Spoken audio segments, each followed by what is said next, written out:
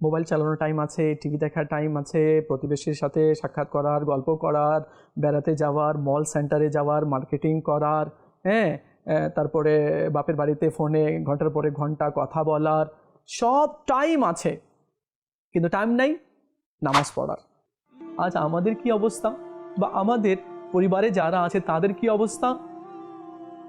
বলে কি, এত কাজ করি, সময় পাই না আমি নামাজ পড়তে।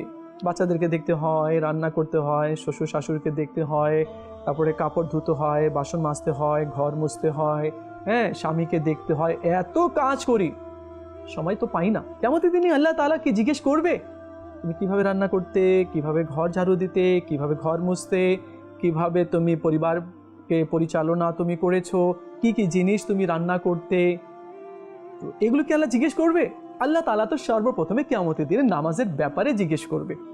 আজ সব কাজের টাইম আমাদের আছে, মোবাইল চালানোর টাইম আছে, টিভি দেখার টাইম আছে, প্রতিবেশীর সাথে সাক্ষাৎ করার, গল্প করার, বেড়াতে যাওয়ার, মল সেন্টারে যাওয়ার, মার্কেটিং করার, হ্যাঁ, তারপরে বাপের বাড়িতে ফোনে ঘন্টার পরে ঘন্টা কথা বলার, সব টাইম আছে, কিন্তু টাইম নাই নামাজ পড়ার।